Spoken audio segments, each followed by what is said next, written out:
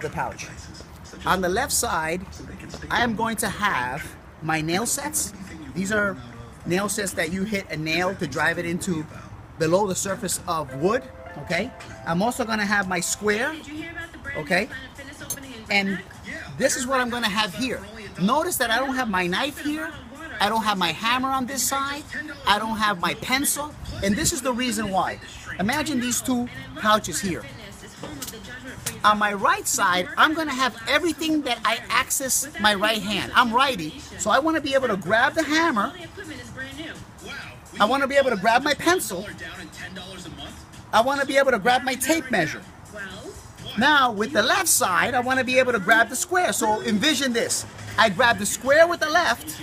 I grab the pencil, with the left, with the right, because I'm righty, and I mark.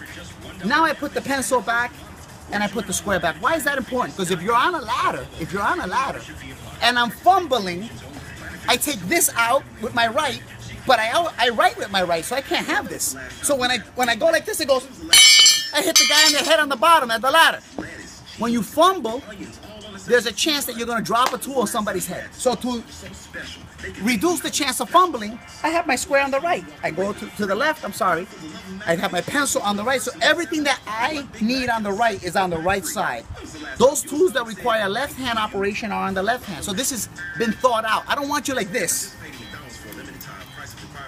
Number one, you don't look professional. Number two, you could drop it on someone. And there's nothing more aggravating than being on a ladder and dropping your pencil.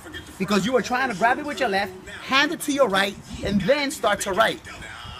That goes back to something else. Because the pencil is the first thing you drop, reason being it's the first thing you grab. You're always going to be marking. You're always going to be measuring and marking. I always have two pencils. So if I drop one, I always have a second one, and I'll grab that when I come down the ladder. So on this side, I have my hammer. You know how many times, look at this guy. I'll edit it. Don't pay attention to that man behind the curtain. The point being that the hammer, the pencil, the square, these are the common tools that you're gonna have in your pouch. They belong in a certain order. There's a certain methodology for placing them there. There's a reason you place them there. Same thing with the knife. Where's my knife going to be? If you're righty, what side of the pouch should it be on? It should be on the right side of the pouch so I can grab the knife while I hold down material and cut it. Put the knife right back on. I don't want to fumble. The belt. You see this? This is not the proper belt. I like to use a 2.5-inch belt. I call it the Santa Claus belt. I'm going to tell you why.